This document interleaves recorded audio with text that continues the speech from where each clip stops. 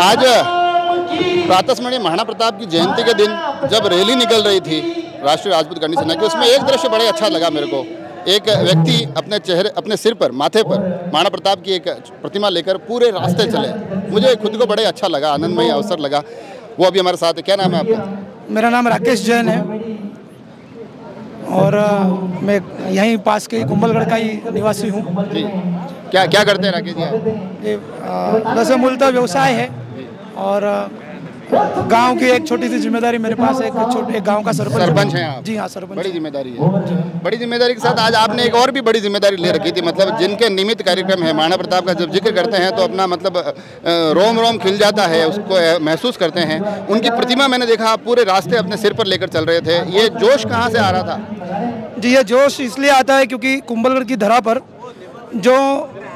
जिनका जन्म हुआ, ऐसे श्री महाराणा प्रताप सिंह जी, ये सिर्फ एक महापुरुष महानायक नहीं है। इस धरती के लिए वो एक देवता के समान है, आराध्य देवता है। और देवता को हमारा रिवाज रहा है कि हम सिर पर धारण करते हैं, इसलिए आज हमने महाराणा प्रताप की प्रतिमा को सिर पर धारण करके नीचे से कुंभलगढ़ तक लाया है। लंबा मार्ग था, तेज गर्मी है, थके नहीं, यूं नहीं लगा कि परेशान हो रहा हूँ?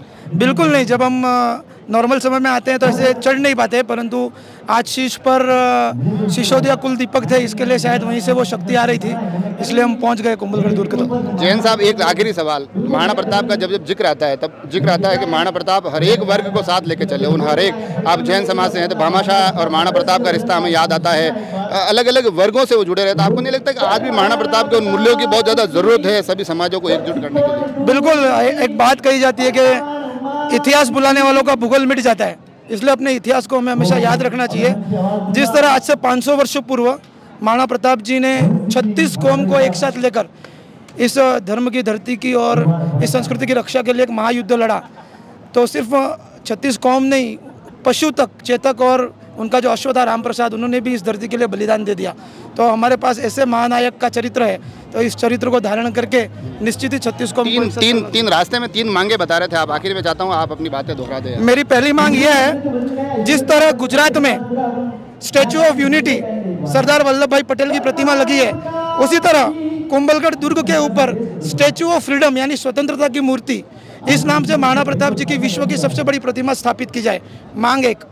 मांग 2, यहाँ पर सिर्फ कुंभलगढ़ नहीं, कुंभलगढ़ के अलावा गोगुंदा जहाँ पर उनका राज तिलक हुआ, चावंड जहाँ पर उनका अंतिम संस्कार हुआ, हल्दी घाटी जहाँ पर उन्होंने एक ऐसा संघर्ष लड़ा जो विश्व के इतिहास में अमर हो गया, दिवेर जो उनकी विजय गाथा गाता है, ऐसे बहुत सारे जो स्थान है जो उनके संघर्ष से जुड़े हुए हैं, उन सारे स्थानों को हमें एक टूरिज्म के रूप में ही सही, महाराणा प्रताप सर्किट की तरह ऐतिहासिक पर्यटन स्थल के रूप में हमें वैश्विक दर्जे का स्मारक वहां पर बनाने चाहिए और सरकार को पूरी तरह से सजिंदा होकर इस पर काम करना चाहिए। ये मेरी मांग नंबर 2। मांग नंबर 3, यहाँ के जो 2-3 जिले हैं, उन जिलों के विद्यालयों में ये कंपलसरी करना चाहिए कि वर्ष में एक बार जो टूर होता है, जो बच्चों का टूर होता है, वो कंपलसरी कुंभलगढ़ दुर्ग पर किया जाए और यहाँ के जो स्थानिक है उनके लिए जो शुल्क है उस शुल्क में कुछ कमी की जाए।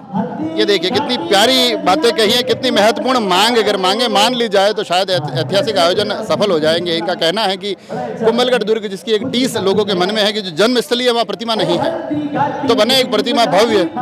महाराणा प्रताप सर्किट की बात करते करते आखिर में आगे आने वाले भविष्य को महाराणा प्रताप से, इन महापुरुषों से जोड़ने की बात कहते दिखाई दिए। मेरे कुल मिला के मेरे को जो दृश्य अच्छा लगे वो दृश्य के पूरे मार्ग में ये महाराणा प्रताप को माथे पर लेकर चल रहे थे। इन दृश्यों से अभिभूत होते हैं, इन दृश्यों को आप तक पहुँचाने की कोशिश करते हैं।